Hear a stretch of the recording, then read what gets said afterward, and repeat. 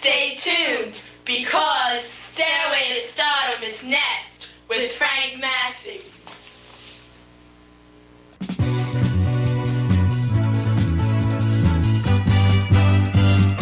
On the stairway to stardom, you'll see tomorrow's stars today. On the stairway to stardom, we're here to brighten up your day. We've got singers and dancers and actors performing for you. But there's more, so much more, and it's all right here for you. On the stairway to stardom, we'll entertain with talent and style. On the stairway to stardom, we've got the other shows beat by a mile. On the stairway to stardom, on the stairway to stardom, on the stairway to stardom, on the stairway to stardom.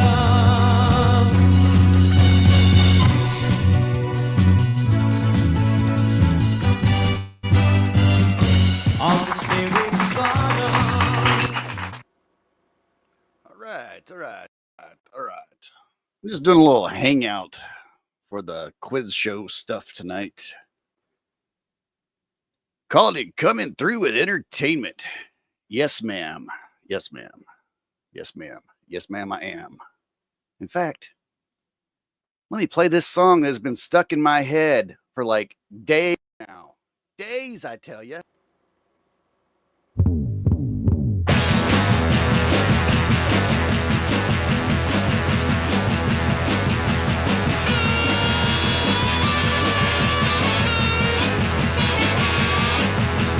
If you see Stevie Wonder, tell him I'm here. If you see Stevie Wonder, tell him I see. I don't want no songs for plans, I want songs for me. I don't want no songs for plans, I want liberty. If you see the doctor, tell him he's king. If you see the doctor, tell him he's still king. But this black boy won't be blown away by anything. Yes, this black boy won't be blown away by anything. There are people in this town who try to put me down. They say I don't give a damn. But the people in this town are trying to put me down. Are the people in this town that can never understand a black man. Yeah, man.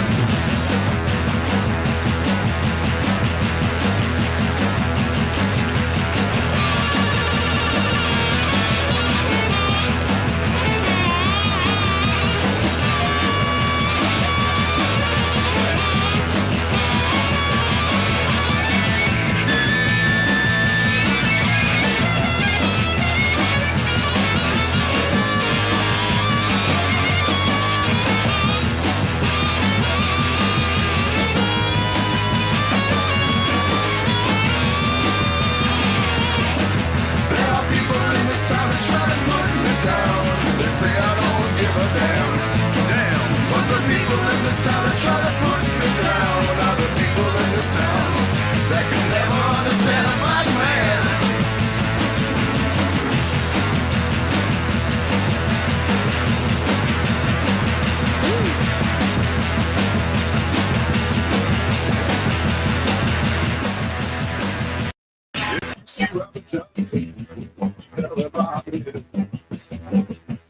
That song has been stuck in my head. I've been driving around town going, they'll never understand the black man. Hold on a second. It's cold in here.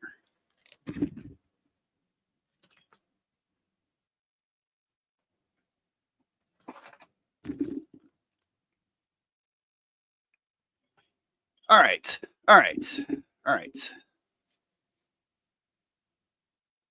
Let me ask you ladies a question.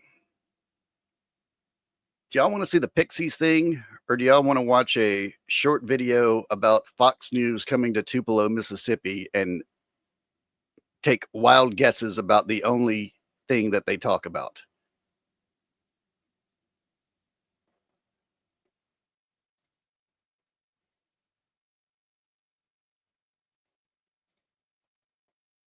I'll give you a hint. They only talk about one thing, and they talk about it over and over and over. Both. All right.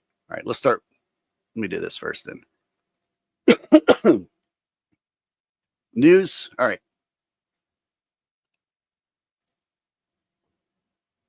This is what's this dude's name? To answer the call of the vagabond, know that the best stories aren't about where you went. All right. So they came to Tupelo, Mississippi, and this is I've told you guys so many times, like, you can't swing a dead cat here without hitting Elvis, and y'all are about to see I was not lying. So this morning, Steve Ducey is in. Let's do the walking tour. All right, Brian, good morning from Tupelo, Mississippi. This is a beautiful town.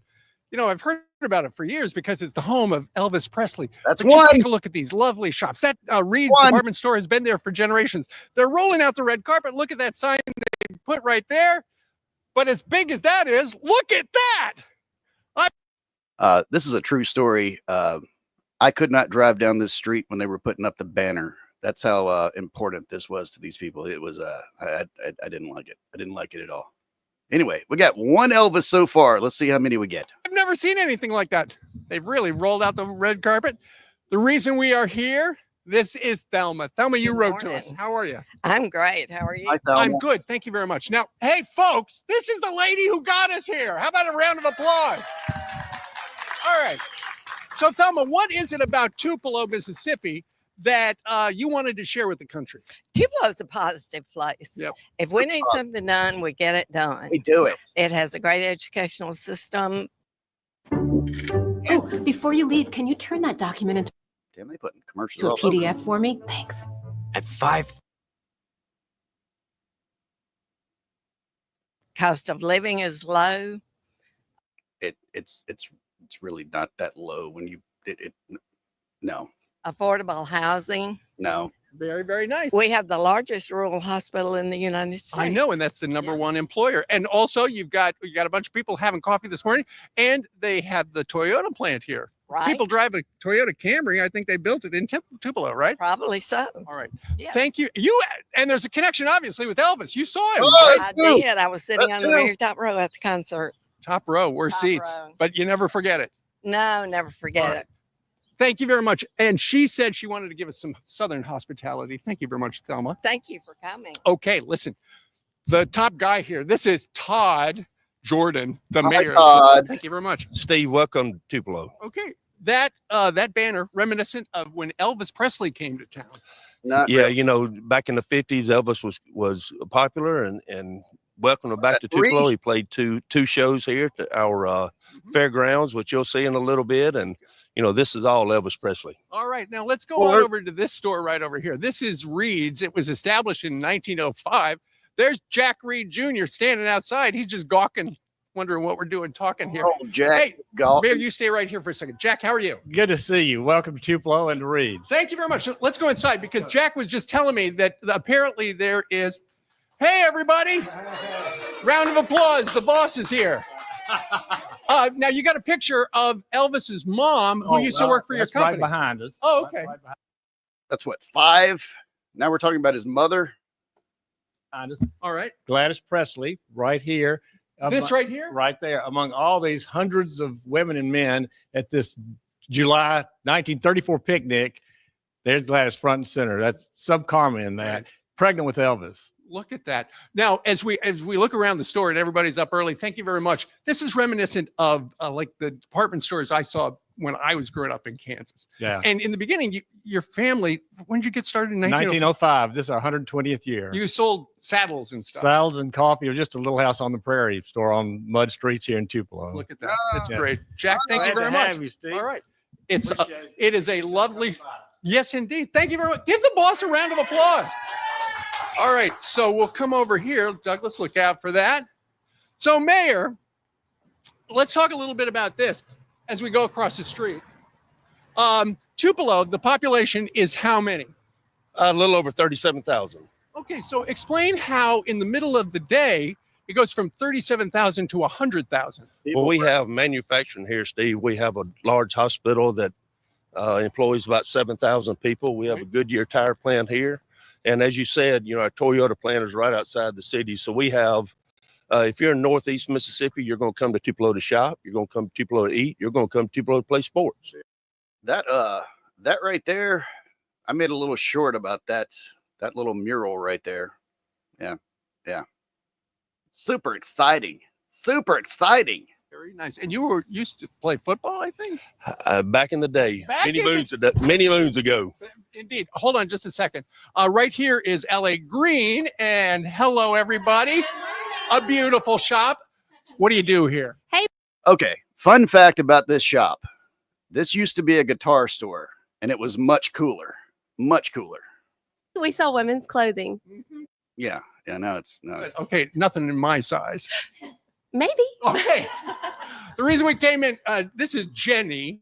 This is Jenny Bradford Curley. Thank you very much, ladies. I don't trust this lady. Jenny works for the tourism department. Yes, sir. And what do you have there? I've got a little gift for your wife, Kathy. We just wanted to welcome you to Tupelo. We call it a little happy. Something to make you smile. Oh, thank Why did she talk like that? Thank you very much. Well, we write happy cookbooks. Fabulous. All right, Mayor, come on over here. I loved last night. We had dinner with her, and she told me about how this is a small town, but you've got big city amenities.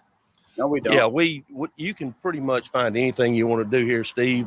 But again, that is a lie.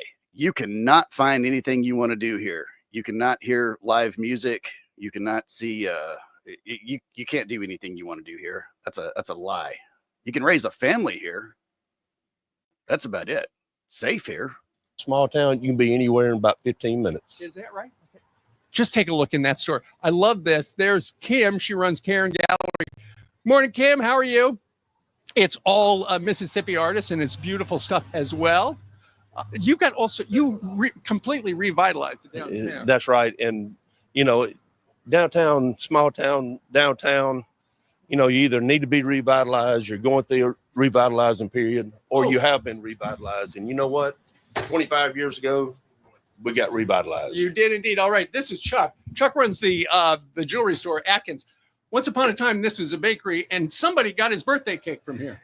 Word has it that he always came by and got his birthday cake. And a little lady that came through on the tours from Memphis said her 10th birthday cake was actually shaped like a guitar. No kidding. My son said a lady told him that he always came by and got something sweet. It's an unwritten law in the South. When you go see Mama, take her something sweet. Right, or something sparkly from Van Atkins Jewelry. Thank you very much, Chuck.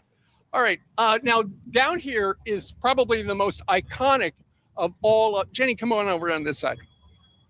The most iconic of all of the spots, and that is the hardware store. Yes. What happened at this hardware store? So Gladys Presley took her son Elvis for his 11th birthday to pick out a present. Right. He kind of wanted a bicycle, but they probably wouldn't have been able to afford that. He spotted a rifle on the wall, wanted the rifle. His mama said, no way. Elvis wanted a rifle. He wanted a rifle, but they left that day with a guitar. They literally talk about the man like he's Jesus Christ down here, and I'm not exaggerating. Like that. And here's the store, and there is a replica of the guitar. Very nice. Yes, right? You can still buy guitars there today. All right, very good. And Mayor, for the folks watching right now, what? Oh yeah, they sell guitars, really cheap guitars for like $150, just so you can say you bought a guitar at the same place that Elvis bought a guitar. Should they come visit you here? Wow, I sound really bitter about this, don't I? I'm not really. I'm just. I'm not lying when I say you cannot swing a dead cat without hitting Elvis here. Here in Tupelo, we got anything you can offer, Steve, without the big city hustle and bustle. Hustle and bustle. All right, and thank you very much. The whole town turned out. Very, very nice. All right, live from Tupelo. I'm going to send it back to you in New York City. All right. All right, we're not gonna watch the rest of that, but it is just Elvis, Elvis, Elvis, Elvis, Elvis, Elvis, Elvis, Elvis, Elvis, Elvis, Elvis. You did? Where? What part? What part did you live in? That's kind of cool. We say cool down here because it's cool. Which part did you live in, madam? Let me do something while I'm looking this up. You lived in Biloxi. He's one of them coast people. I like the coast. I haven't been down there in a long time. I think Biloxi was the first part, down, I can't remember what it is. Yes, Biloxi, they've got some amphitheater or something down there. That's where I saw Smashing Pumpkins the day they found Kurt Cobain. They were good. The ocean was disappointing to see the Gulf on at Mississippi. The water is nasty down there, or it was. I don't know. Might have gotten better. All right, so let me do this while I'm looking up and this other thing, pulling it up because I freaking closed it. Let me play a quick song.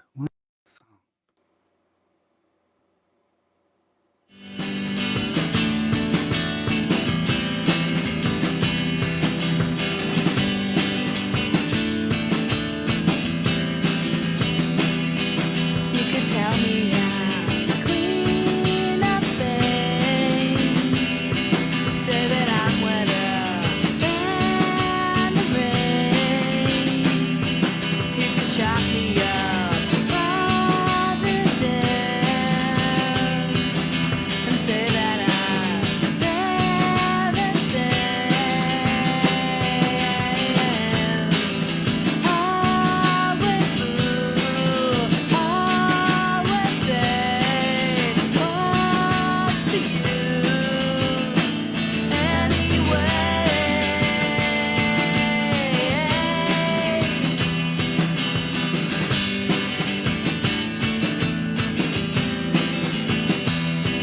You can miss me like a yard of sands, and the memories of kisses bent. It would matter if we lived or died, but only if you said you tried. Always blue, always say what's the use anyway.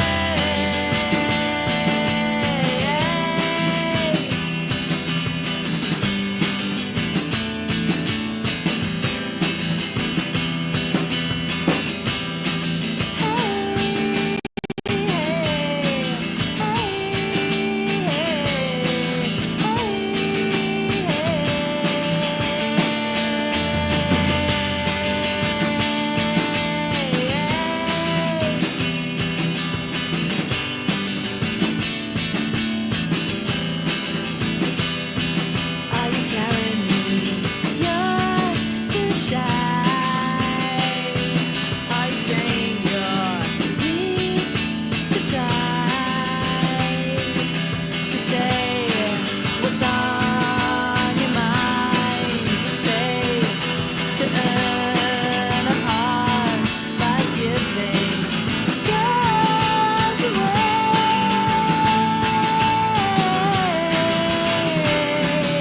I think you can make a dream, make a dream. I think you can, because dreams come true. Oh crap, man! You're having to.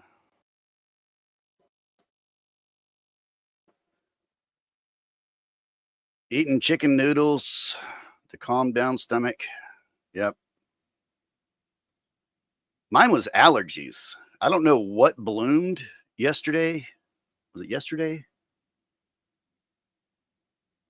Yeah, yesterday morning when I woke up, I woke up sneezing, like it woke me up, and I couldn't stop sneezing.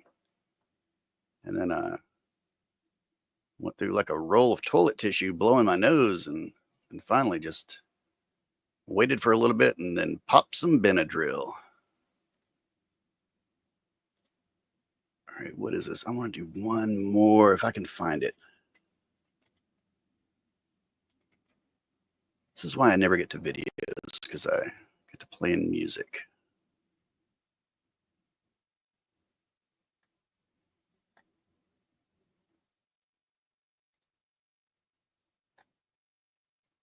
Where is it at?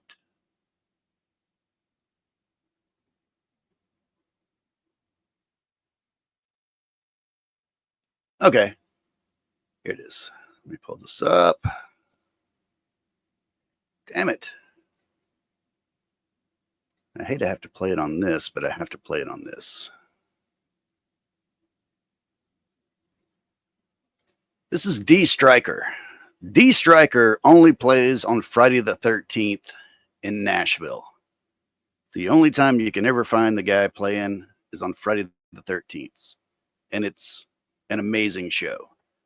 And it's kind of a comedy, I guess a dark comedy country. And it's fantastic. I hope this sounds all right coming from the browser. But this is a song about how modern country is written. Kind of like a Murder on Music Row, but a little bit more fun.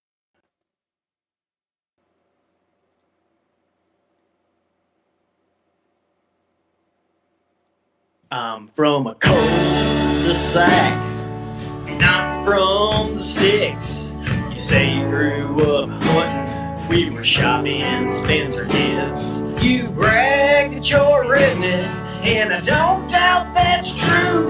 But living near a strip mall, that's country too.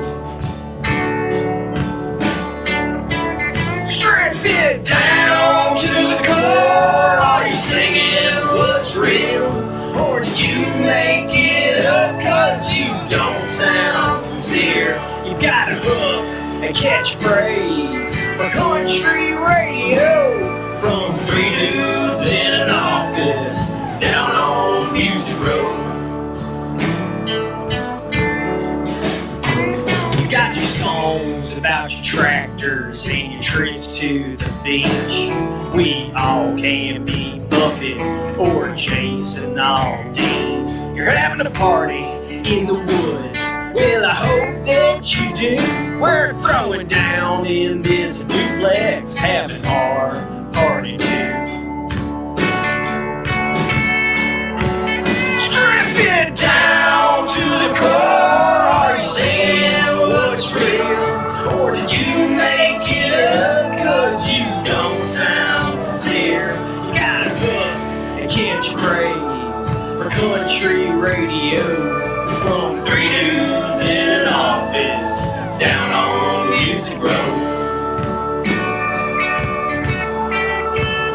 I'm not saying I'm more country, that's not the question I raise. I'm just saying there's more to it than all your tired cliche. Strip it down to the core. Are you singing what's real? Or did you make it up cause you don't sound sincere? You've got a hook, a catchphrase for country radio. From three dudes in an office down on Music Road.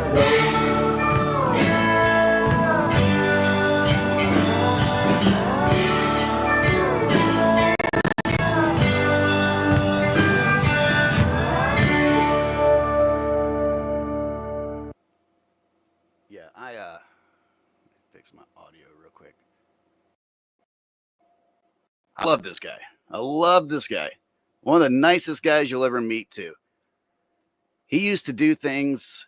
He snuck into the, what was it, the World the Super Bowl of country line dancing that was at the. Actually, he wrote a song about it.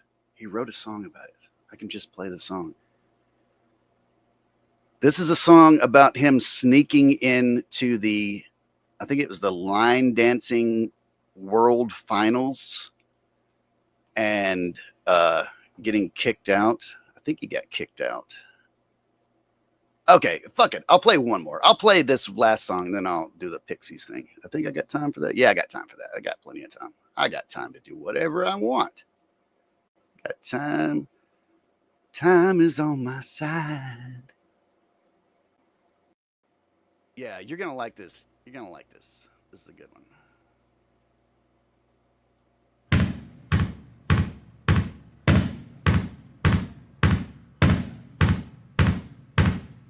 The Super Bowl of a country dancing, world's championship event. I've always been a real good dancer, so I put on my boots and went to the Opryland Hotel. To Tennessee, lobby B. I snuck into the ballroom. Woman said, well, dance with me, and I guess I'm a little bit rusty. Look at me, I got two left feet. Well, I tried to twirl her to me, but my arm bonked her teeth. Oh, Lord, I'm terribly sorry. Embarrassment apologies. Well, she pulled me from that dance floor. Gave me a lesson, now count with me. 1, 2, 3, 4, 5, 6. 1, 2, 3, 4, 5, 6.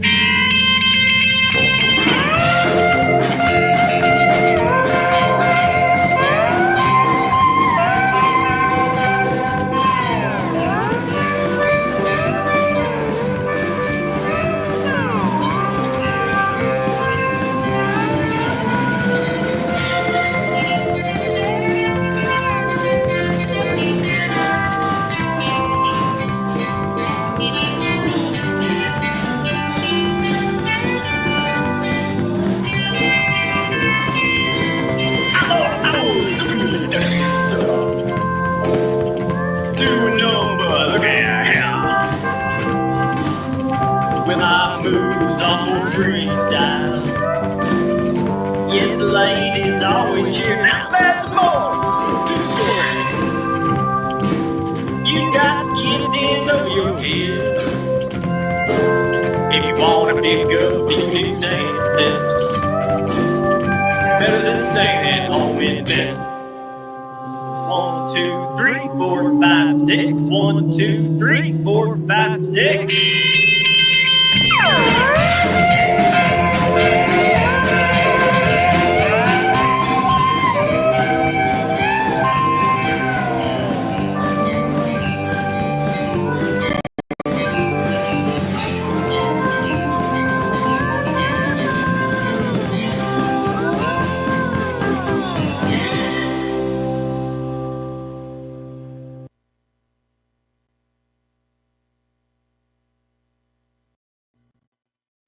Get better at this. Does that sound all right coming through the browser like that?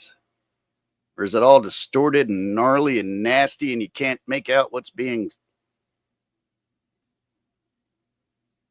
I haven't listened back when I played. It does sound all right? Okay, cool.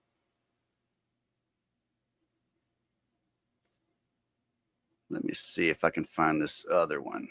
Let's see if I can find this one other one.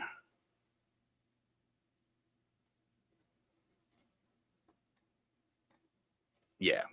Yeah. Oh, shit. Oh, shit. This is a great album. We may listen to a few of these. We're going to listen to a few of these. First off, we're going to listen to the serious song. He wrote a serious song, and it's amazing. Absolutely amazing. I told him, I was like, this is one, man, you need to go out and have somebody record this one, pitch this to people, and he was like, I'm all right, man. I'm all right.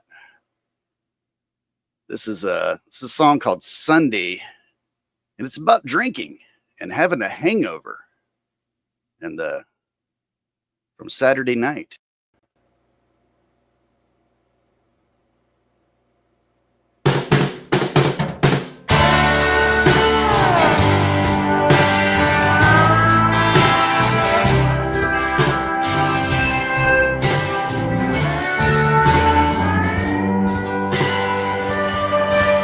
Well, I wouldn't mind this headache so much if I wasn't kneeling right here.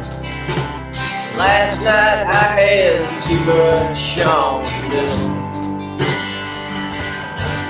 Well, I gotta get myself up, find me a bite to eat, or else I may never find peace in this day. Someday, someday, Lord, I know you're busy.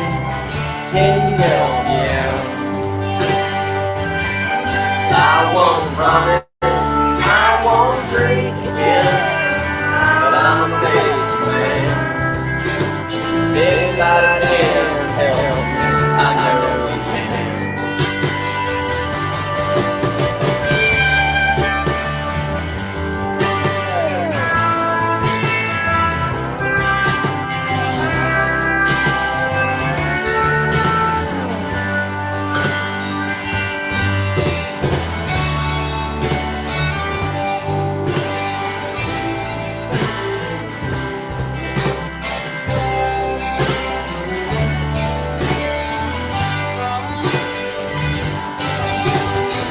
Could stand a photograph if I thought she was coming back.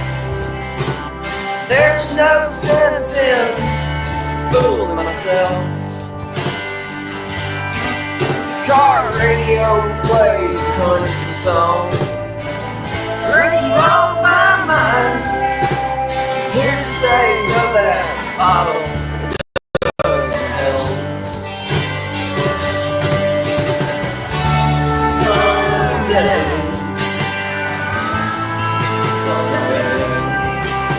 Lord, Lord, no, this isn't. Can you help me out? I want promise, I want to drink it, but I'm not waiting for man. Anybody can help me, I know you can. Hell of a hangover, only heartache can do. I will say it's one thing I could use a little redemption. Someday, someday, Lord, I know you're busy. Can you help me out? Well, I won't promise I won't drink again. I'm a faithful man. Everybody can help me, I know you can.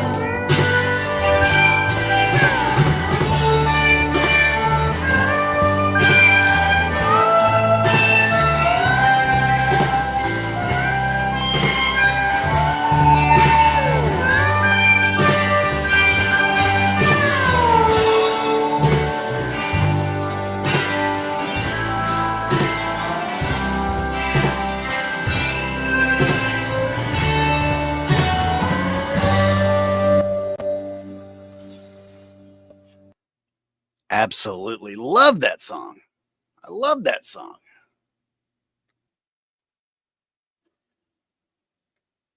Nicole says, listening, but I'll be back and chatting up you. All right, this song, because I'm stuck on this guy right now. It's called True Life Country Music Story, and that's all I'm going to say about it. It's literally a true life country music story. Let me fix my audio here, and so you guys can hear it correctly, and play the song. George Ritchie wasn't a doctor, hardly a lover, but he discovered he had to maintain Miss Wynette with medicine. Well, he seduced her and produced her, filled prescriptions and excused her. Oh, why the first lady go that way?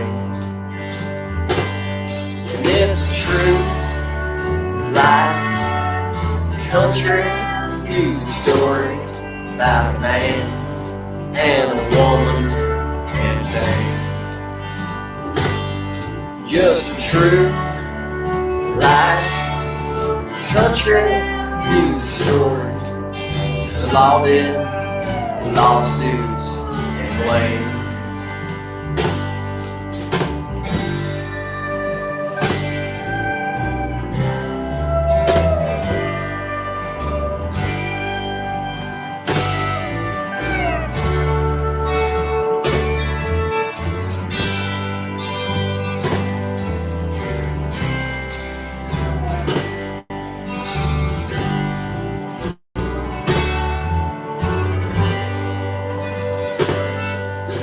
Campbell, you fucker! Criticize Miss Tucker and to call out her judgment day.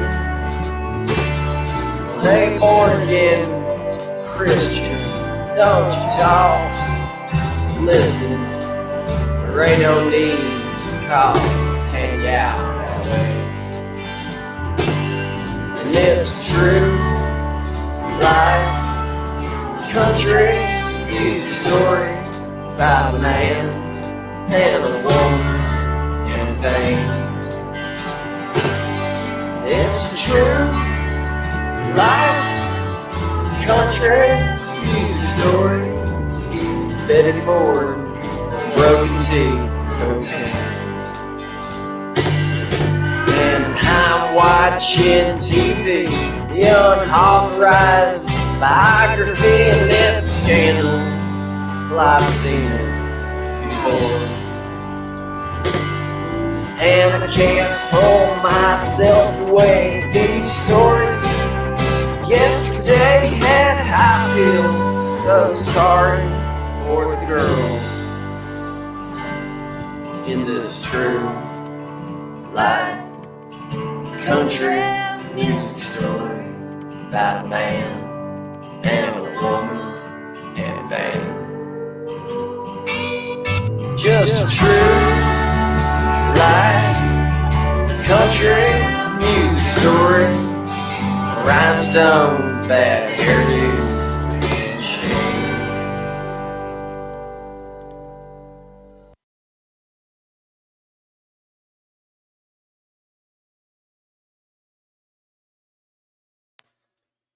Yeah, I love it. Miss Bratty, how are you, madam? How did your whatchamadoodad go? Did they remove your eyeball and put it in a glass jar? Or did they take it out, wash it, and put it back in? Are you all right? Everything, well, obviously, I'm guessing everything went well, or you wouldn't be in chat right now. You're good? Awesome. Awesome. Did your husband take you out for a little rump roast after the surgery? Oh, see what I did there? Giggity, giggity. Woo, woo, woo.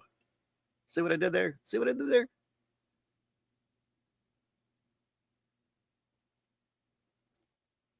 Not this time. My eyes are so pretty sore. Got a headache. Yeah.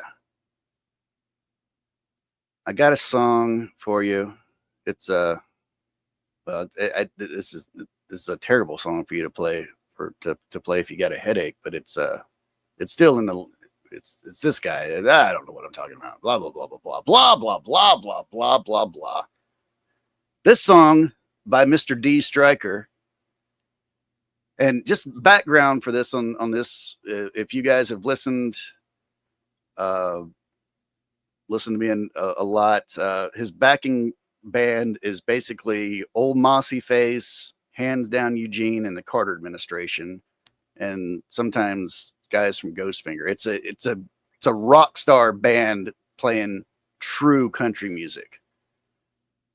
Ladies and gentlemen, shit, I hear. Oh my God, what did you do? Velcro. What did Zach do? What did Zach do, Velcro? This song is called I'm Hungover in the Walmart Break Room. If I can, damn it, I gotta get a hotkey on this because I don't like all this switching around.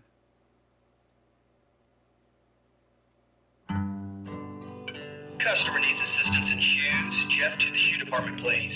Customer needs assistance in shoes. Sipping coffee through a styrofoam cup. That's my boss brew. Tammy in soft lines leans over the table and says, "Hey, you wanna know the truth? Ron in hardware might get fired for fucking up the inventory. But don't tell nobody. Certainly didn't hear it from me." Can I get a 907 to the front registers? Michael Hosey, he's always getting paged on the intercom. Michael Hosey to the electronics department. Anna in the toys, well, no, she ain't never done nothing wrong. They're having a rollback sale on Mexican Onyx.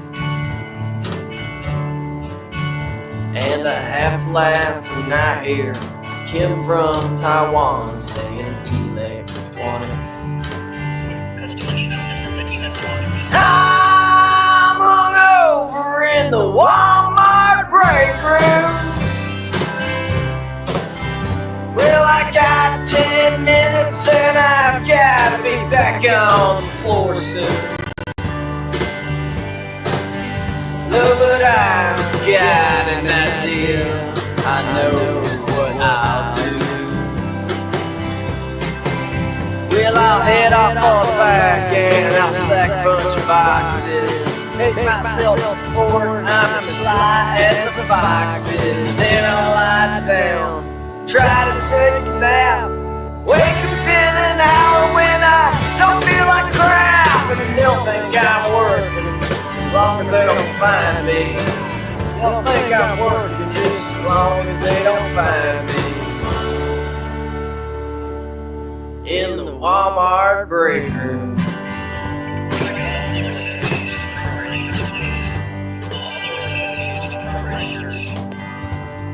Christy, she's in high school. She works front registers.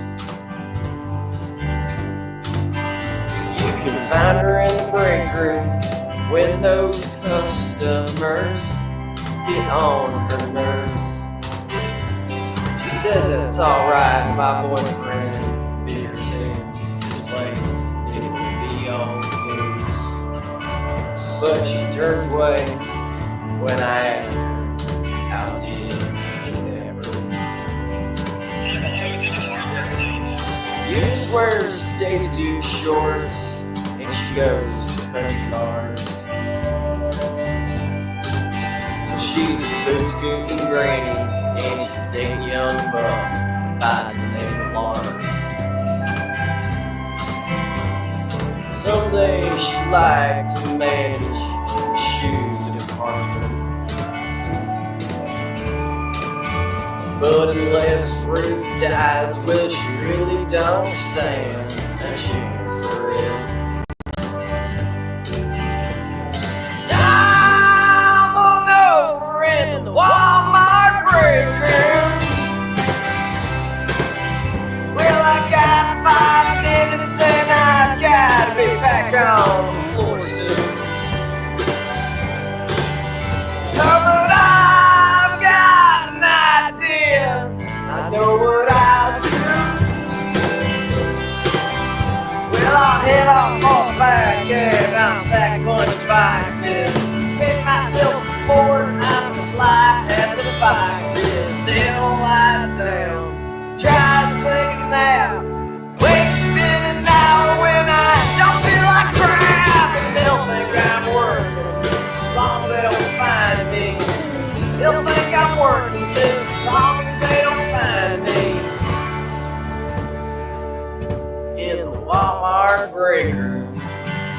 Well, the Walmart shoe department is the back of the Walmart. At the back of the Walmart, that's where the bathrooms are. And I was hungover, and I went in, and I threw up in the stall. And I saw this pair of Caterpillar boots right beside me, and I felt bad for the guy. I went back out on the floor, and I worked for another hour, maybe less. Then I had to throw up again, so I hustled back to that bathroom, to the same stall. About this time, I noticed that same pair of Caterpillar boots. But I also happened to notice a hole in the stall wall. Well, this guy, he'd been in there all day long. He could through that hole watching men as they used the bathroom. Well, all that poor bastard got to see was me puking. I'm hungover in the Walmart break room. Well, I've got 1 minute and I've got to be back on the floor soon. Oh, but I've got an idea. I know what I'll do. Well, I'll head off on the back and I'll stack a bunch of boxes. Make myself a board, I'm as sly as a fox is. Then lie down, try to forget. Wake up in an hour when I don't feel like shit. They'll think I'm working, just as long as they don't find me. They'll think I'm working, just as long as they don't find me.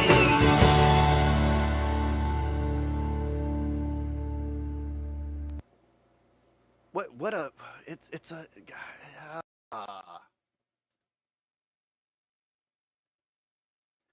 This reminds me of one of my fave movies, Where the Heart Is Love. Roddy, it's going. Just eight. Oh yeah. He's sick. Reminds me of my sister Benny Band. Yeah. This guy, like, we've all known a character like this. This guy, I didn't know him back when he did this, but he went down to Broadway, which is the like all the honky tonk bars and stuff like that, and he wore a shirt that said, "Buy me a beer and I'll take your picture." And he went down there with a Polaroid and like a stack of Polaroid film, and people would buy him a beer so that they could take a picture with him. That then he kept the picture. It was only Jeff could get away with doing that. She worked for them, sued them, and won. If you sued Walmart and you won, your sister must be doing all right. Let's see if I can find what else we got over here from him.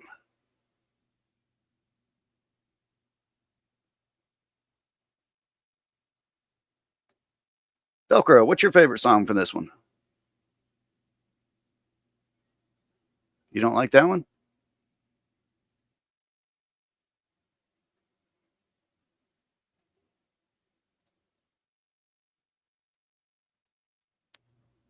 Yeah, this guy's fun though. Totally fun. There's one where I thought Molly sang on it. Let's see.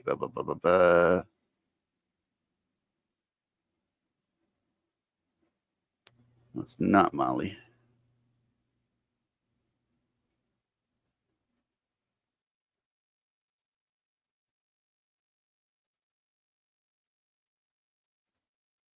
Yeah, you're banned from OnlyFans from going on there and trying to do that.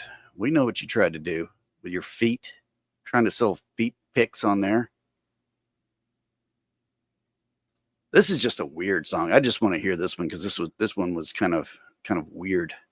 What's up, Velcro? What is going on with you? Do you need out? Let me let you out. Let me hit play so I can let you out, Velcro.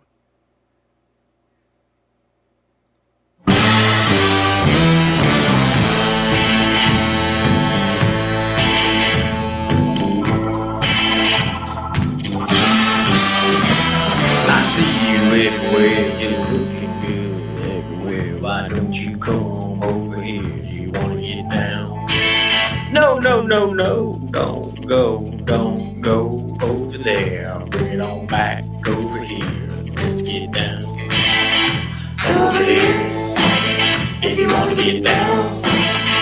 Come over here if you wanna get down, down, down, down.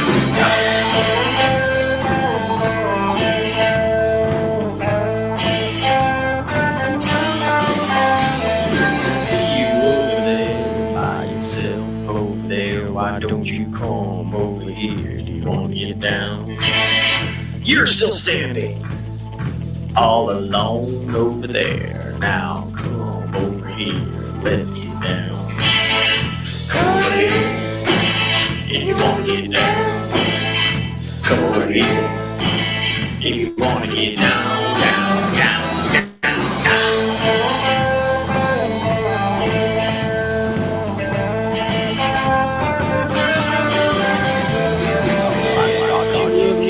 Checking it out right here. Get down right here. Let's down.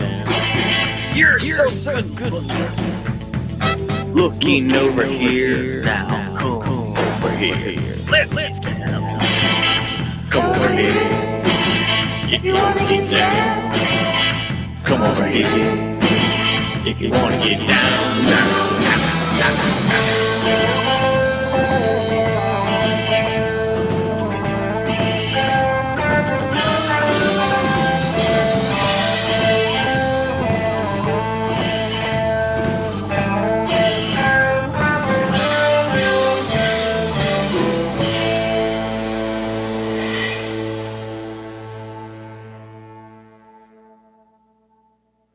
That one ended faster than I thought it was going to end. Well, we already heard that one. Hold on a second, my friend. Hold on a second, my friend. So I think I've got something. Oh, yeah, definitely. What was that song I was wanting to play?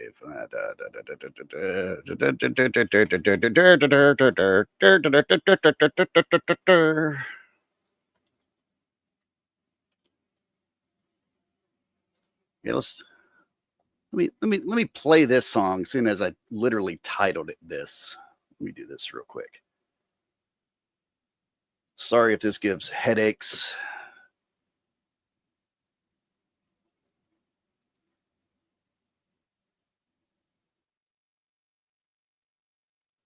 But I gotta hear the song. Yeah, that's what I'll do. Yeah. I'll play this song, and then maybe I'll watch the video. I don't know. Maybe I'll watch the video tomorrow. I don't know what's going on. But anyway. Gouge away. You can gouge away. Stay all day if you want to.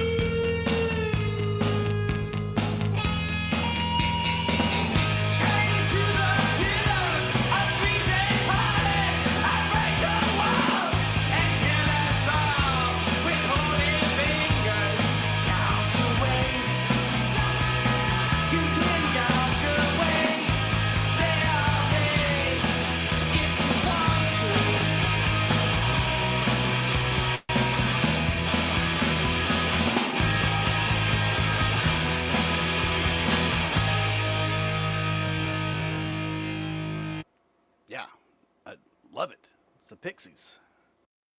Pixies are amazing. I should probably watch the video about the Pixies. Yeah, that's what I should do. I should watch the video about the Pixies. And if I get to it, I've got a story about the Pixies, a great story about the Pixies, about how I almost got to hang out with them backstage, but then their new bass player got kicked out of the band, and that was my ticket in.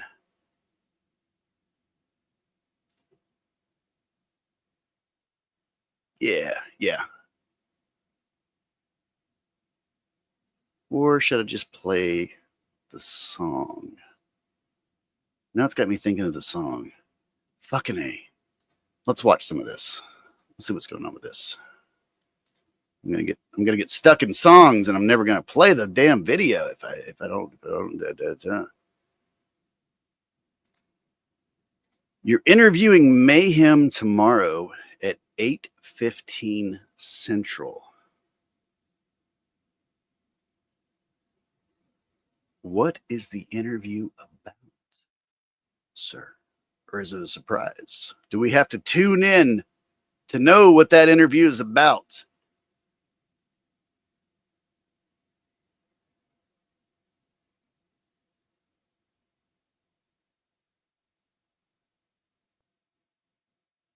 Seriously, do we have to tune in?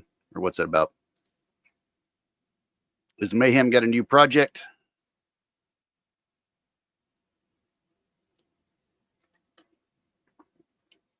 Okay, one more song. This is from, because I reminded myself about this lady. This lady was named Kim Shattuck or Shattuck. Never asked her how to pronounce that. She was a very, very nice lady, and one of the best girl punk bands that there ever was, called the Muffs.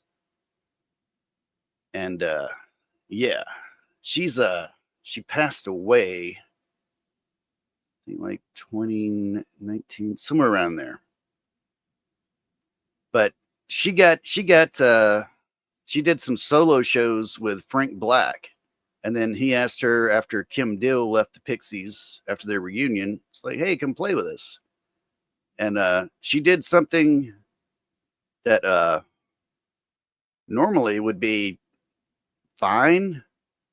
After the show was over, she jumped into the crowd, and rumor is they kicked her out of the band for that, because the Pixies don't do that. I don't know how many people have watched the documentary about the Pixies, but they're a boring band until they get on stage. Very boring guys. But this is the Muffs, and I'm not going to play. They covered Kids in America. I'm going to play a different one.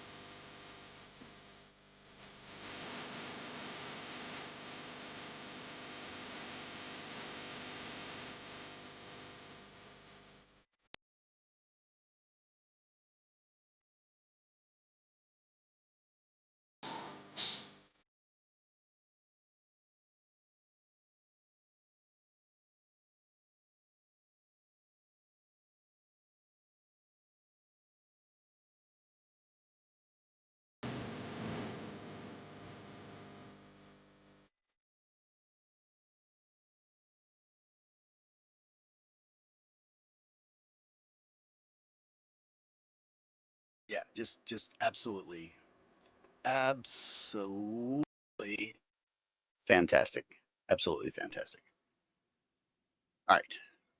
Now, let's get into this. Let's find out what's going on. Let's find out how did the Pixies and Doolittle launch the 90s? How did they do it? Let's find out. Shorts, Trash Theory 2. It's a minute-long additional dose of trash theory every week. Subscribe now. Pixies started out as a joke, more specifically a want ad referencing the post-hardcore Husker Du.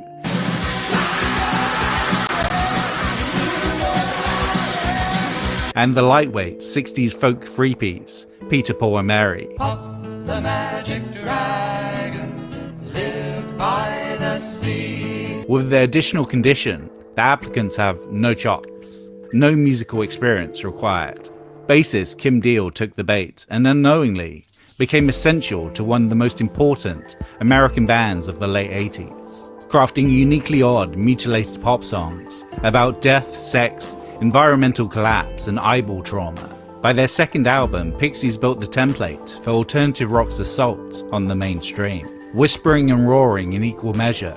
This is the story of how Pixies and Doolittle launched the 90s. Let's go. In their first 2 years, the ascent of the Pixies seemed damn near unstoppable. Forming in 1986, the four-piece was composed of vocalist-guitarist Charles Thompson IV, aka Black Francis, vocalist-bassist Kim Deal, aka Mrs. John Murphy, guitarist Joey Santiago, and drummer David Lovering. They quickly moved from dank nightclub gigs in Boston to recording their Purple Tape demo to winning over esteemed British indie 4AD, who released their debut 8-track EP, Come On Pilgrim, in September 1987.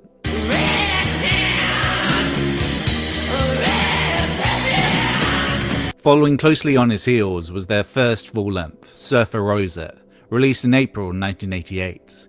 With Steve Albini of Big Black behind the desk. It was a collection of damage yet infection. How did you miss this band? You know this band. I promise you, you know a couple of songs from this band. You just don't know that you know this band. If you've ever seen Fight Club, you've heard this band. Songs about broken bodies, faces and minds, sung partly in Spanglish,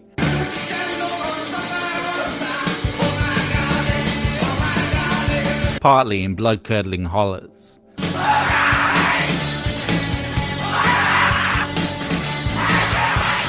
Minimalist yet discordant guitars wrestled with cacophonous drums, supplying uneasy rhythms.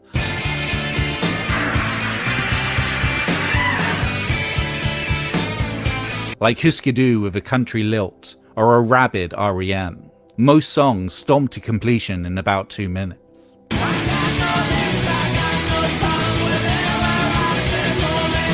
I like fragmented songs. They're kinda nice. I get so bored by long songs, you know. Nothing like a good short song. It's just like talking to someone, just for a minute. And then you don't have to wallow in it. The exception was Where Is My Mind, a lopsided ballad haunted by Kim Deal's ethereal cooing.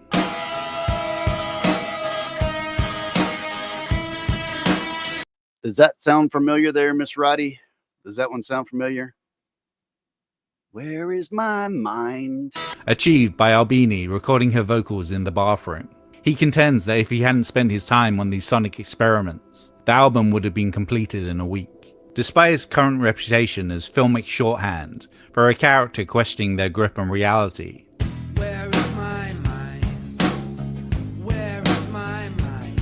the song was inspired by a high school scuba trip Black Francis had taken in the Bahamas.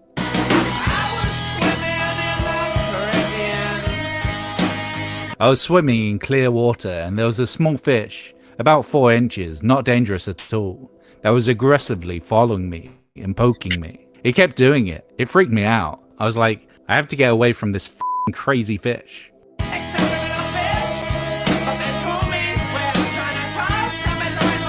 In spring 1988, the Pixies embarked on... Oh, but you're wrong, Zach. You're wrong, my friend. I didn't talk about it.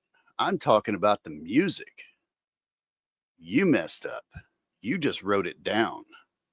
I was just talking about the music, that's all. You said it out loud. Now you gotta go fight. And their first significant tour in Europe, supporting fellow Bostonians and 4AD band Throwing Muses. I need to play a Throwing Muses song in a little bit. There's a great one.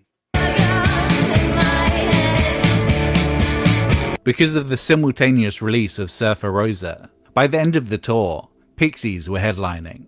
We switched billing in Holland. I was relieved because who wants to play after the Pixies?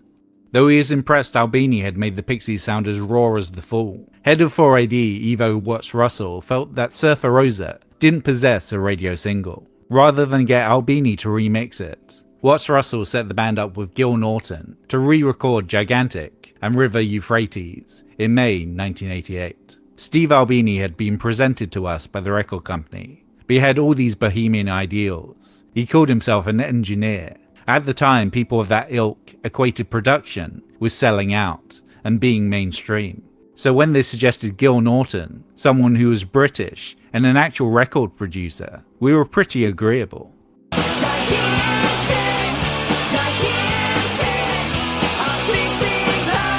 Gigantic would only chart at number 93 on the UK singles chart, but the song attracted significant attention on college radio. He's like the dark, but I'd warn him. It's However, Gigantic becoming Pixies' early career calling card would be the first step of their downfall. The majority of Pixie songs are written and sung by frontman Black Francis. Gigantic was co-written and sung by bassist Kim Deal. And this I know, his teeth is white as snow. What a gas it was. The sweet sing-songy counterpoint to Francis's manic howling.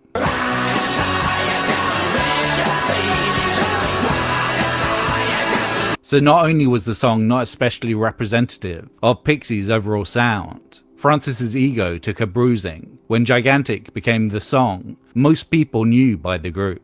To the point that when Francis met his vocal hero Iggy Pop, Pop only knew Pixies because of the one song he didn't sing on. As the cult of Kim Deal expanded, his jealousy brewed. I have an ego. You have to have an ego to do this. At the time we would be playing and I would say to myself, I'm doing all the work.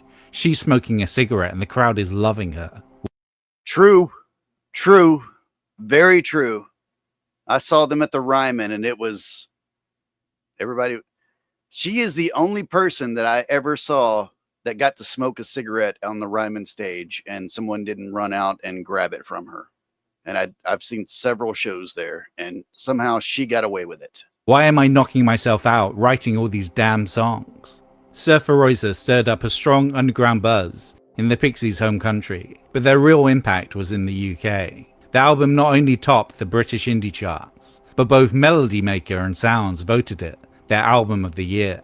These increasingly promising achievements from a 2-year-old indie band attracted interest from major label Elektra Records, who signed the band in the US. Big things were now expected for album number 2.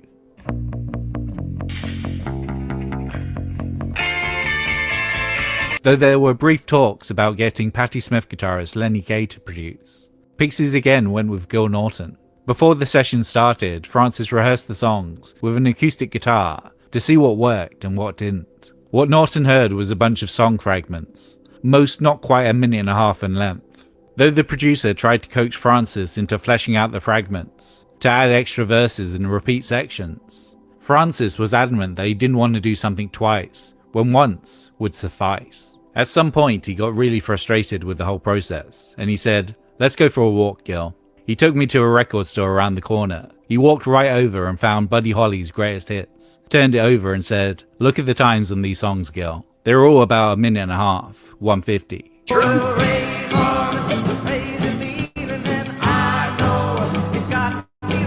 If Buddy Holly had anything over 2 minutes, it was an epic. And it was like, if it was good enough for Buddy Holly, what do you say to that? But significant changes were still made due to these rehearsals. There Goes My Gun evolved from a Hooskadoo tempo rampage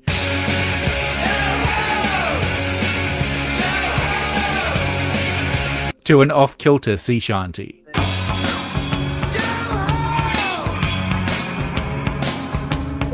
Norton also saved opener Debaser from the scrap heap, a song that Francis didn't immediately click with.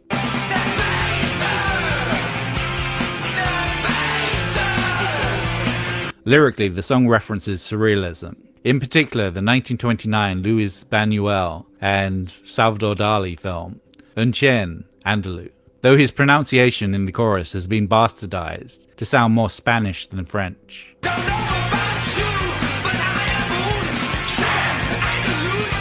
Rare for a Pixies song. I thought that was Spanish that he was saying there. I really did until I just watched this.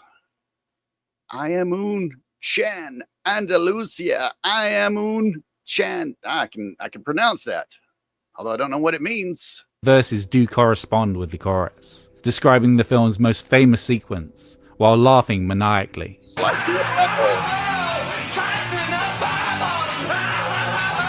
But in its original form, Debaser referenced the scene in a more contemporary film, Prince's Purple Rain, featuring its lead actress, Apollonia Cotero. You have to purify yourself in Lake Minnetonka.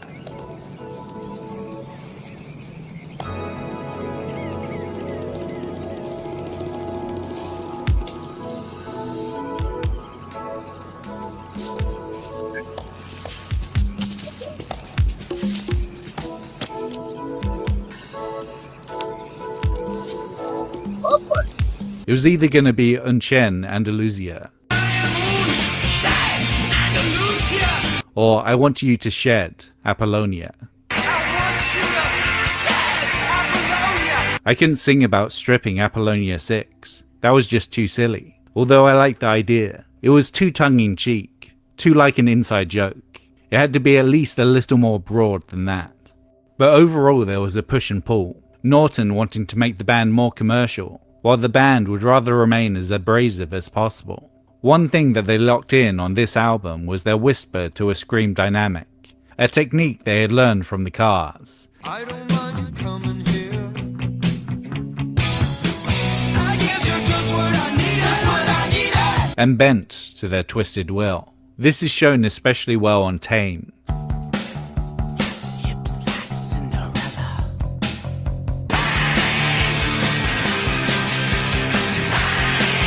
Where the intensity behind Francis's yelp meant he had to be half a room away from the microphone to get a usable recording.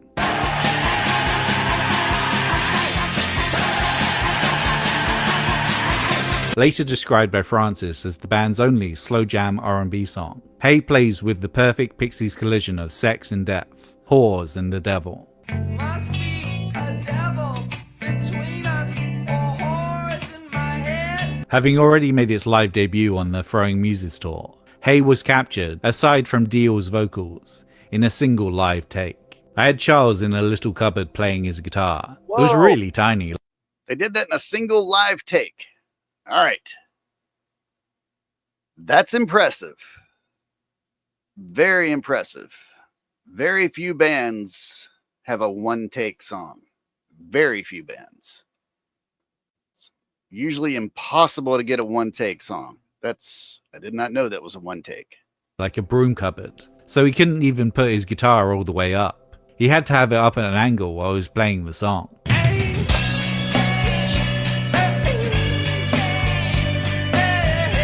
And then Joey did the solo live. I was on the edge of my seat all the way through, just going, go, go, go.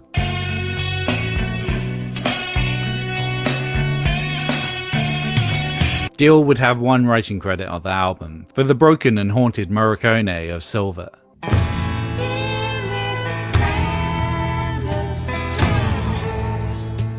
A song that the band never played live. She wrote more for potential inclusion, but Francis vetoed them all. In fact, she sang lead on as many songs on the album as drummer Dave Lovering, whose cheesy lounge singer croon on La La Love You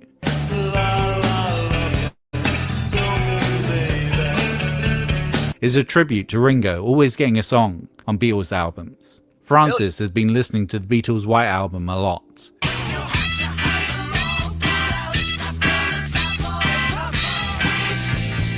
And its eclecticism and vast array of characters impacted his new songs, whether that be the King of Death on Mr. Greaves,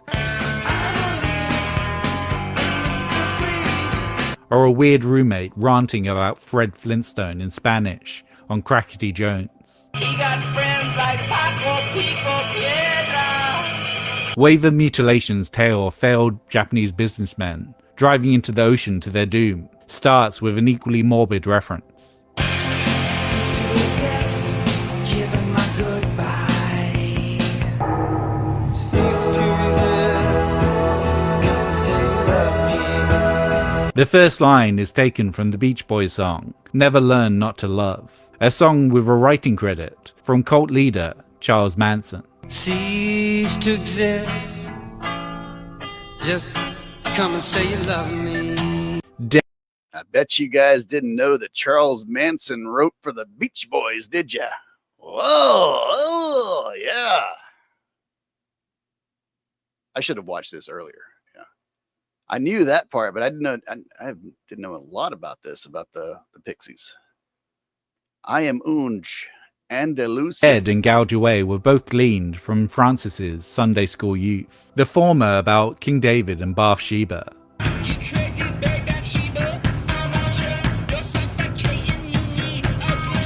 And the latter, Samson and Delilah.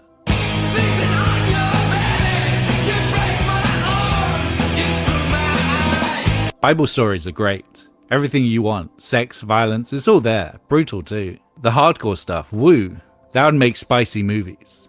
The fate of the faithful soldier King David betrayed, summed up in the 4 repeated words.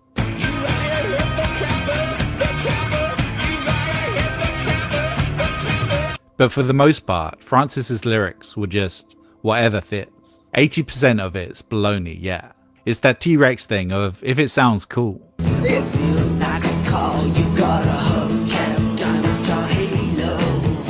I write the songs by writing a bunch of syllables along with the chord progressions, and they become words. A bunch of 5 words might mean something, or stand for something, but the 5 words after it, or preceding it, sure as hell won't have anything to do with them. Ladies and gentlemen, this brings us to Monkey Gone to Heaven. There was a guy. While 4AD had seen no possible single on Surfer Rosa, this new album had 2 surefire indie rock smashes. While Norton had previously worked on the lush orchestration of Echo and the Bunnymen's Ocean Rain.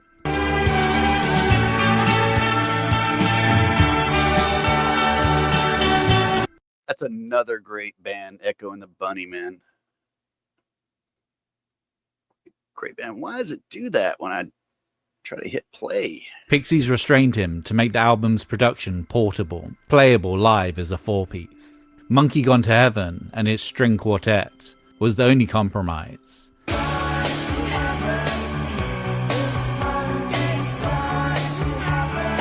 And a definite culture clash for the band. We ended up hiring a string section from the symphony orchestra up there. They rocked up in their full evening dress. The girl wore a big long black dress, and the boys had dicky bows. I remember Charles going, wow, this is amazing. The lyric was based around the title phrase, something Francis found both profound and hilarious.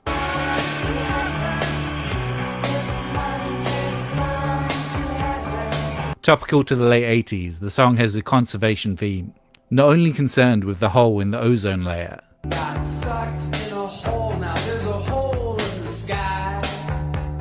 but has King Neptune getting offed by industrial waste. Underwater guy who controlled the sea got killed by 10 million pounds of sludge from New York and New Jersey. Seemingly having a grudge against the Neptunes, his daughter would be dead by the beginning of the album's next track, Mr. Greaves. What's that floating in the water? Oh, Neptune's only daughter. Francis has stated that the bridge of Monkey Gone to Heaven is his fuzzy interpretation of Hebrew numerology.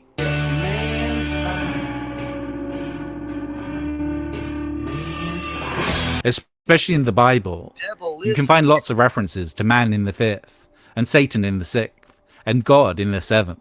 I don't know if there is a spiritual hierarchy or not, but it's a neat little fact, if it is a fact. I didn't go to the library and figure it out. But for the most part, Francis added it for the T-Rex of it all, simply because the devil is 6 and God is 7 rhymes with this monkey's gone to heaven.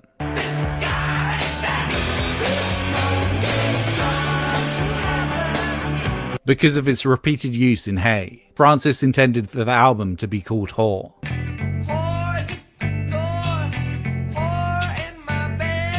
But when 4AD's resident graphic designer, Vaughan Oliver, came back with the cover art, inspired by the lyrics of Monkey Gone to Heaven, Francis had second thoughts. A monkey with a halo calling it whore, that would bring up all kinds of shit that wouldn't be true. It was instead called Doolittle, taken from a line in Mr. Greaves. The oldest song in Doolittle was Here Comes Your Man, written on piano when Francis was 14, starting with a Hard Day's Night style ringing chord.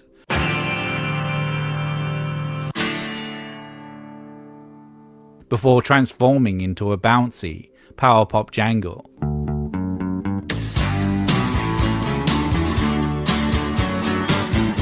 It was known within the band as the Tom Petty song, first recorded in their Purple Tape demo sessions in 1987.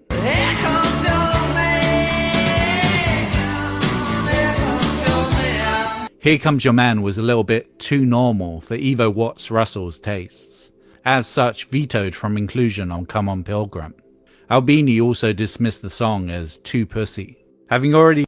I also hate that, Nicole, because that means that you gotta pay the damn whore.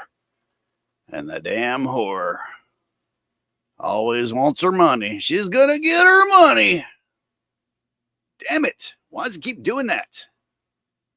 He tried to make the track work during the Gigantic sessions. Norton knew it was a hit when he heard it. Come the Doolittle rehearsals, he had compiled the best bits from the several existent demo versions of the song, and tasked Francis with adding lyrics and writing a second verse. The word boxcar was the first piece from which the song flowed. Taken from the chorus of Carnival of Sorts from R.E.M's first EP.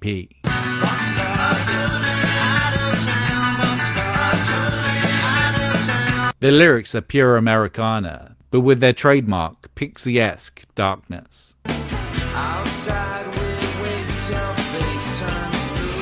It's about winos and hobos traveling on the trains, who die in the California earthquake.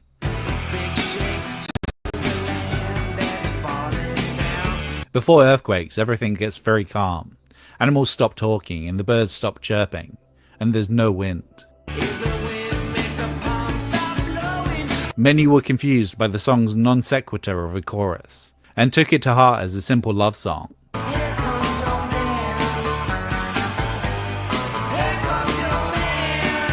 Including Joseph Gordon-Levitt's character in 500 Days of Summer, singing it at karaoke to put across his romantic intentions, while failing to understand the song's earthquake narrative.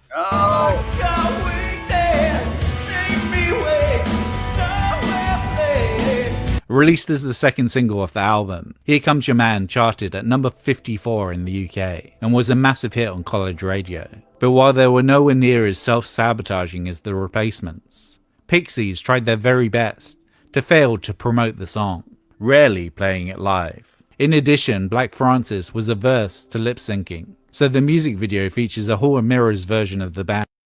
The video of this is kind of hilarious. All of their videos were not videos. They were little art pieces that were making fun of their music. It was great whenever a Pixies video came on. Like, this is all they did. They just held their mouths open. Like, they didn't even lip sync. They just held their mouths open during the video. Damn it, did it again. Vaguely opening their mouths in time with the music.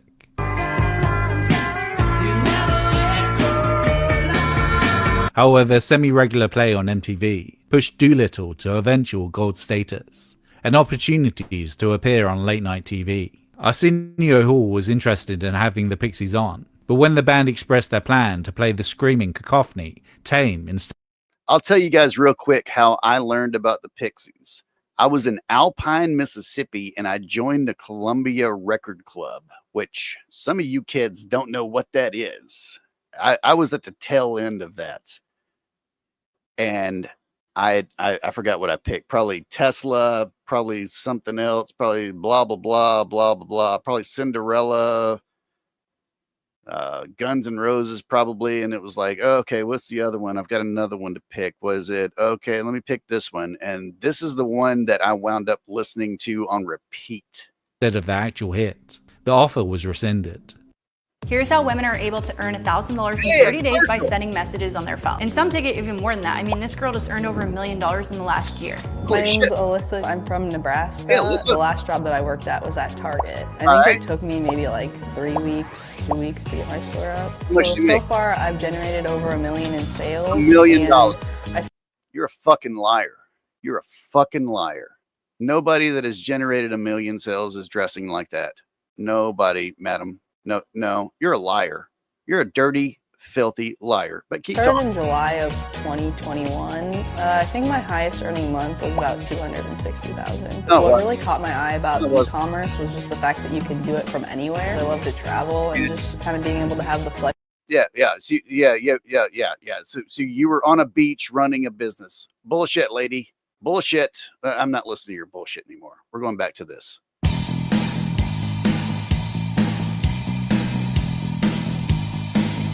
Released in April 1989, Doolittle would enter the UK album chart at number 8. And that wasn't the indie chart. This was the one where they jostled for position Hey, that was the wedding present. chart at number 8. And that wasn't the I wish I could play the wedding present. The wedding present is fantastic heartbreak rock. But this guy, Mr. David, has signed with some kind of publisher that, like, as soon as you play like a portion of that music, it's snapped immediately. Blocked in all locations, not just like the UK or the US. It's blocked everywhere.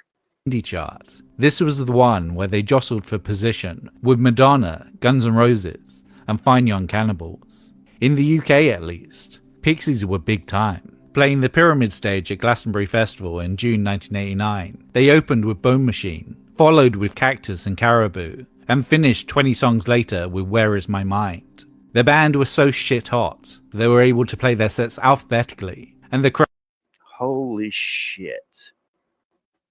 Levitate me. Damn. That would have been a great set to see. crowds would still lose their minds. It doesn't matter what order we play it in. If we're a good band, get out there and prove it. I'd rather not prove it by all this showbizy kind of like, now we're gonna finish with our big anthem. Let's just do the anthem now. They better all be anthems, right? They better all be amazing. But all was not well in Pixies land. Journalists had caught on to Deal's diminished involvement on Doolittle. But whenever it was brought up to Francis, he'd leave the interview. Deal herself was disappointed in her dwindling role in the band. Here Comes Your Man B-side, Into the White, had her on lead vocals. Into the white. But had been formed by 100% Francis Baloney. Deeper than the sleep we had. Deeper than the sleep we had. I've been singing less and less in the Pixies, just oohing and ahhing. You can get a synthesizer to do that. But Charles is lead singer. Not only that, he sings every f***ing one. Who does he think he is? Mr. Hogg? Mr. Big Shot? Yes. Shut up, Charles. Shut your food hole for 3 minutes. Jesus. You guys are going to see what you guys are seeing now, why they toured in two separate things. Like her and her sister, she has a twin sister that was in the Breeders with her. And they would be in a different van than the rest of the band. And give Kim a chance. Communication between Deal and Francis had broken down, and a combination of alcohol, hangovers, and general tour exhaustion had made it so that behind the scenes, the band was barely functioning. There was a point around Doolittle where things got kinda icy. People talked less and less. People hung out on their own more and more. You go into the dressing room and no one's talking. You play a show where the crowd is going crazy. It's sold out. 3 encores. Everything's going great. Go back to the dressing room and it's cold as ice. That is in there's a fantastic documentary about them when they had their comeback, and it showed every place other than the Ryman in Nashville, because you can't film there unless you pay like $80,000 or something like that. And it would show them backstage normally there's parties going on and stuff like that. They're sitting at a table together, not talking. It was very unclimatic. Dio was often late, raising tensions within the band. It culminated with the band playing the first 10 minutes of a set in Stuttgart without a bassist. Am I going to play the guitar? Yes. Yes. I'm working on that. I'm working on that. I just, the other day, I ran it through here. The thing is, I don't want it to sound like total, and I'm not talking about my playing. My playing can sound like dog shit. That's fine. I don't want it to sound like when you guys hear it, I want it to sound like an actual guitar being played. And I don't want it to sound like when I first started doing these streams and I would play music and it sounds perfect in my headphones. And then what you guys are hearing is, I don't want it to sound like that. But yes, I even, I've got this here fancy cord already plugged into the mixer. I've just, I've been noodling with it. I've just got to make sure the sound is right. But yeah, I'm planning on doing that. I was actually planning on, what was it? Oh, trying to do Left on Laura, Left on Lisa, and a couple of originals one night, just to see how that goes. Just to have some fun. Once Dio did get on stage, Francis was so incensed, he threw his guitar at her while she sang Into the White. I was like, what the f***? Somebody threw something at me when I was on the microphone singing his song that he wrote the lyrics to. I don't even like singing other people's songs anyway. And I get the guitar thrown at me, limply. And then he hides behind Joey. In January 1990, after the tour wrapped up, Dio stayed in England to record some of her own songs with Tanya Donnelly of Throwing Muses, and ex-Slint drummer Britt Wolfert, what would end up being the first Breeders album, Pod.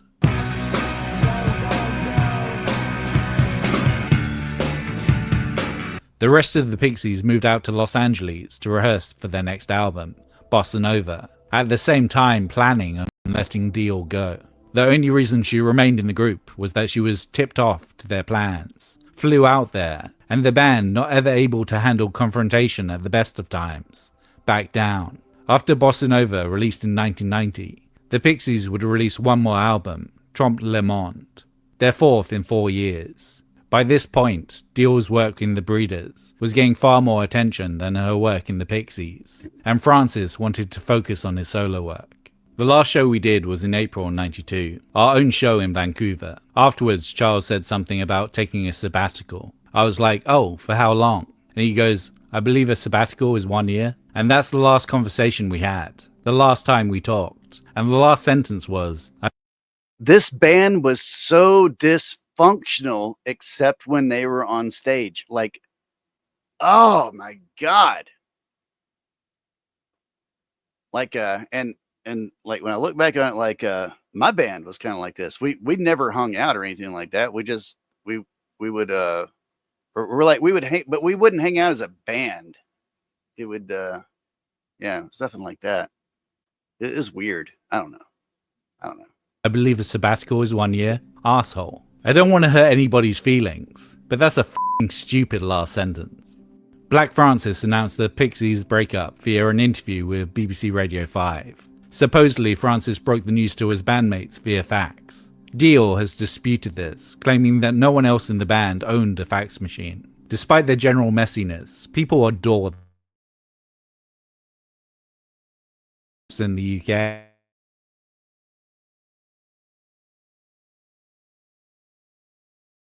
Those guys running on those rocks, all right, they stretched that out for 3 minutes or something like that. Slow-moed it so much for one video. My Valoria. They had a sizable impact, particularly on Blur, Ash, PJ Harvey, 90s Bowie, and Radiohead. Said Radiohead guitarist Johnny Greenwood circa 2004. One of the reasons we don't use guitars much anymore now is because You know, there are only a handful of Pixies albums, and you kind of can't keep copying them, which it feels like is what we've done for so long.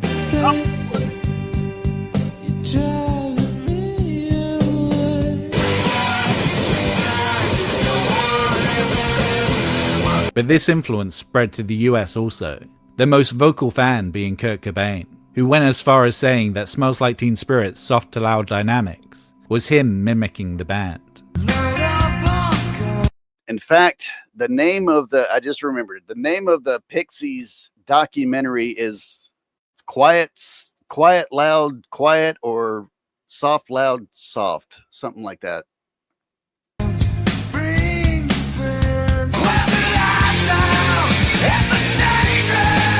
I was trying to write the ultimate pop song. I was basically trying to rip off the Pixies. I have to admit it. When I heard the Pixies for the first time, I connected with that band so heavily. I should have been in that band. It wouldn't be a stretch to say that the Pixies laid out the map for alternative rock in the 90s, from the metallic dream pop of the Smashing Pumpkins to the oddball country fuzz of Pavement and Modest Mouse. Moreover, Kim Deal got a Dandy Warhol song written about her.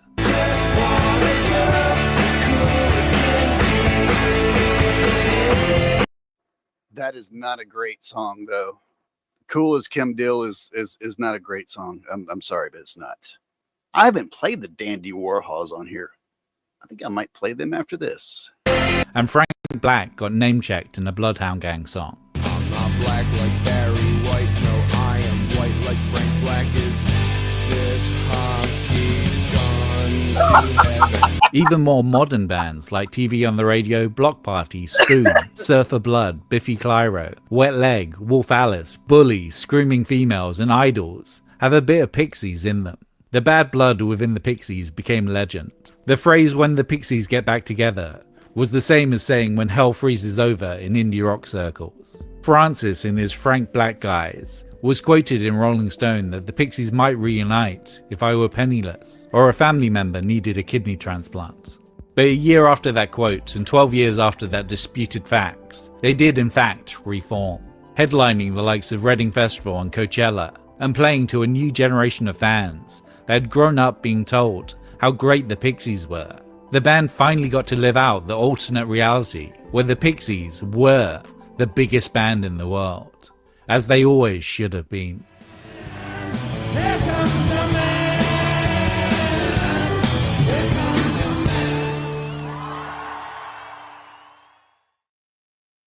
Thanks for watching. Yeah, those guys are great. Trying to remember what. And 12 years after that disputed needed a Rolling Stone rocks, the phrase "have a bit of Pixies," Wet Leg, Wolf Alice, Bully, Screaming Females, and Idols have a bit of Pixies, and bands like Frank Black got named. Dandy Warhols. That's what I want to do. That's what I want to do. Hello, Danny from South Carolina. I am so sorry about what I'm about to make you listen to. I am so sorry. Except I'm not. I'm not sorry at all. How many of you guys have heard the Dandy Warhols? You have. You just don't know you have. You guys have heard Bohemian Like You. Everybody's heard Bohemian Like You. That was a video. That was a song that was in like the early 2000s to like 2015. You couldn't swing a dead cat without hearing this song. But the one I want to play for you guys is Minnesota. I think this is it. That's not it. Yeah, I'm going to play games in about 15 minutes. But right now, you got to suffer through. You got to suffer, Danny. You got to suffer, my friend. If I can find the damn album. Where'd you hide this album at, Danny? Where did you hide this album at? Where's it at? Yeah. This is a song called Minnesota. And it really is. It's called, I'm going to even type it out. It's called Minnesota.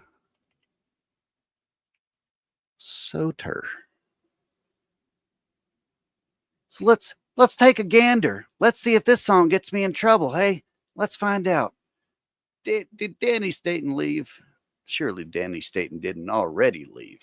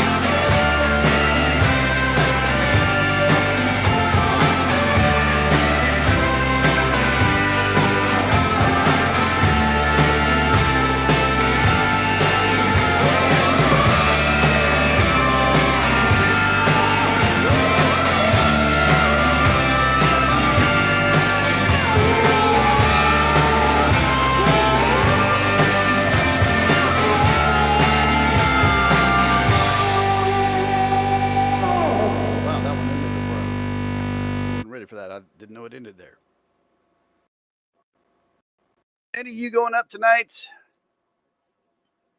Say yes, Denny. Say yes. Or I'm going to play a weird song, Denny. I'm going to play a weird one.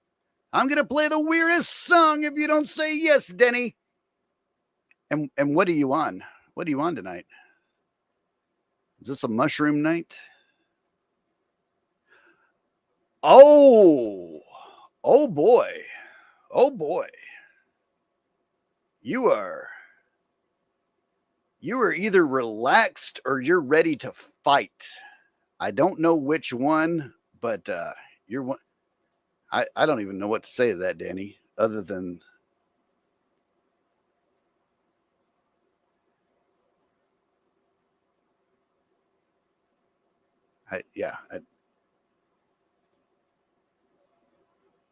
flying high like, oh, yep.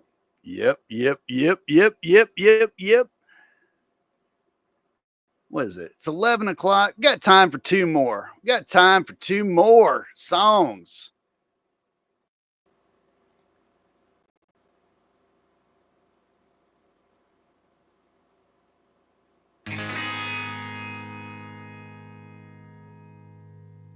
Got hair in a girl that flows to her bones, and a comb in a pocket if the wind gets blown. Straps on her eyes when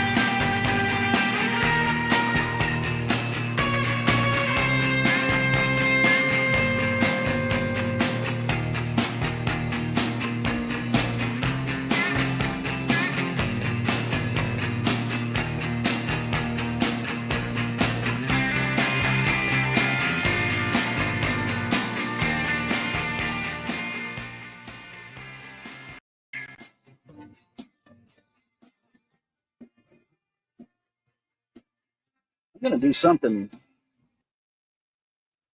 I don't think I've ever played this band for you guys.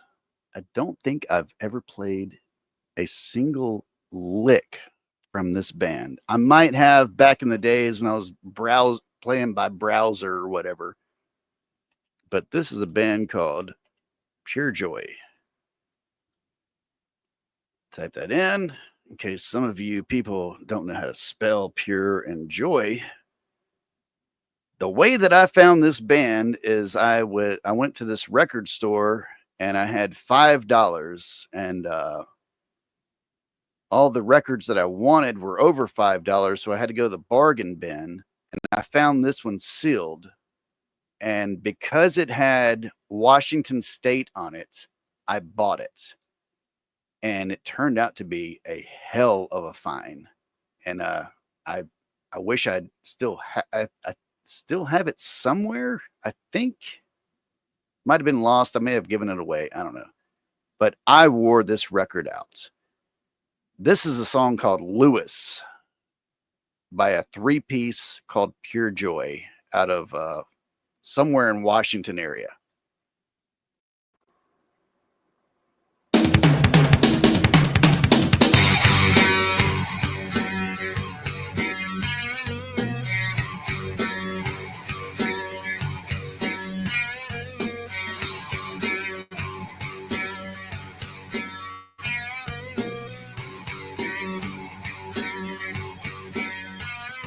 My head's around the corner.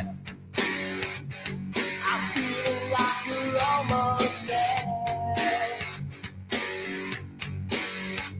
As we float across the water, I'm hungry for the blood so red. Now I'm painting a picture of you, a picture of me in my solitude.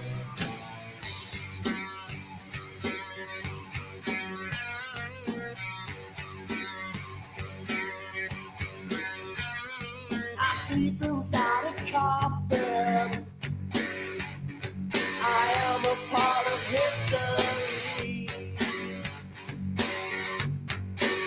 I'm all alone but not forgotten. I am a living mystery. But now I'm painting a picture of you, a picture of me in my solitude.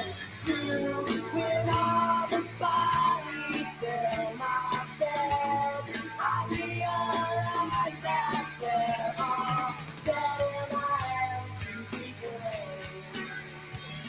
I'm going to sleep in the morning.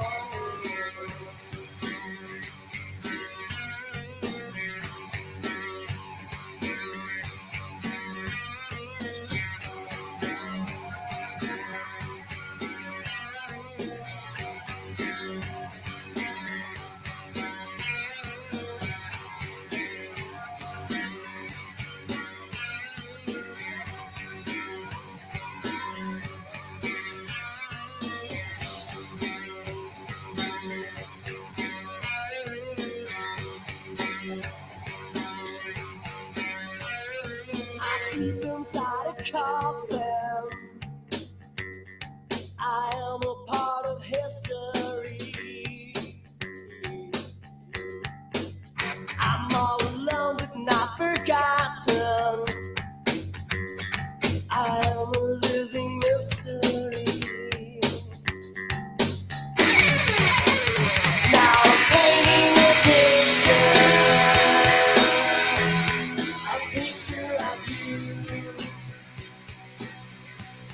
a picture of me in my solitude.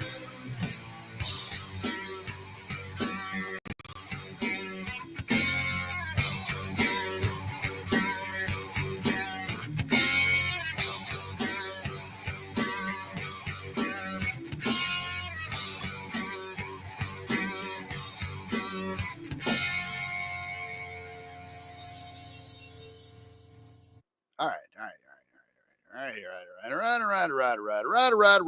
Oh, wow. I had that left on. Did that sound like shit? It may have. And Danny, don't say it all sounds like shit. I was saying I left a button on. I need a hotkey to turn both of these off. I'm going to have to ask some people if there's a way to do it. It was okay. Yeah. All right. As long as it wasn't like when you heard it. Yeah, it's fine. All right. So let me play one more song and then I'll go over to BBB's and play some kind of game or something. I don't know. I don't know what's going on over there. I don't know what's going on. Hey, Gorilla Biscuits, you missed it, buddy. You missed all the fun. You missed all. Dude, we're wrapping up right here. We're about to go over to, you've missed so many songs. Dude, trust me. Make sure, hey, Gorilla Biscuits, make sure you go back and you watch this one. I played a guy named D Stryker from Nashville. Get a Stream Deck for hotkeys? That sounds like spending money. I don't like spending money. I hate spending money. I don't want a Stream Deck for There's no room on my desk already. I literally have a studio desk and it is full of stuff. Got guitar pedals over here, beer, marijuana. Over here, it's full. Yeah, it definitely. It's a guy that I was telling everybody he only plays on Friday the 13th, and he writes it's kind of like tongue-in-cheek country songs and stuff like that. But yeah, rewatch it. It's something tells me you'll like the guy. Like even if you don't like the lyrics, the music is beautiful. I played some for my dad one time, and he goes, and in fact, I played this, and then I played Ween's 12 Great Country Golden Hits. And he said the same thing to me both times. He goes, son, that's really, really pretty music, really, really great music, but I just don't know about them lyrics. Like, yeah, Dad. Yeah. But ladies and gentlemen, this is the last one, and then we're going over to BBB's. So everybody go to BBB's after this one. But I want to leave you guys with a song called That Old Black Hole from Dr. Dog.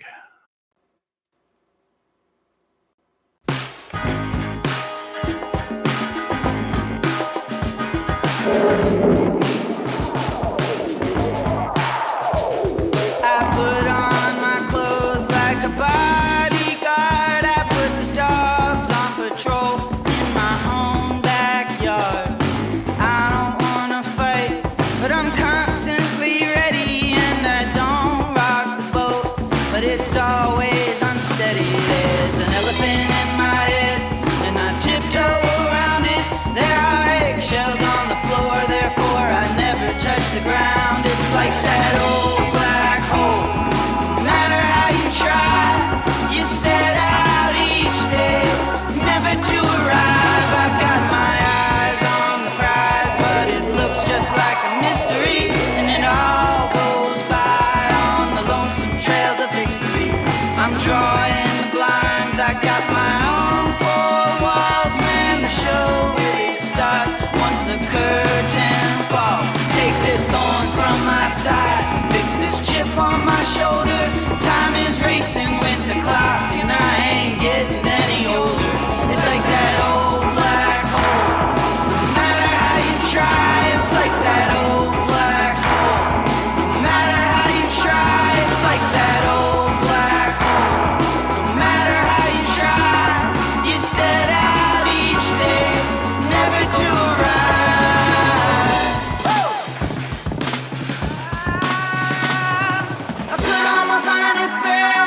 And I wrap up my body tight with the sun in my eyes. I step into the night like the mystery in the dark. Oh, it's just another kind of light. I don't expect it to believe me, but everything is alright. I don't make rules for a living. I don't do tricks for a time. I was born on a good day. Deaf, dumb, and blind. Who am I to tell the truth? Oh, I don't even know what it is. Well, I don't know how to say it, but I know that I can show you. I said I don't know how to say it, but I know that I can show you. I tie my boots up tight and I head straight for bed. There's a pistol and a crystal underneath my pillow. There's a tender heart inside that ugly armadillo. These are tears of joy, cried the weeping willow. There's a spirit in the air and there ain't no way around it. I was not prepared to lose it on the moment that I found it. It's like that old black hole. No matter how you try, it's like that old black hole. No matter how you try, it's like that old black hole.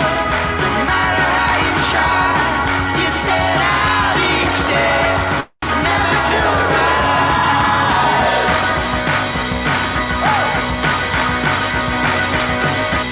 I'm so pale. You're on it.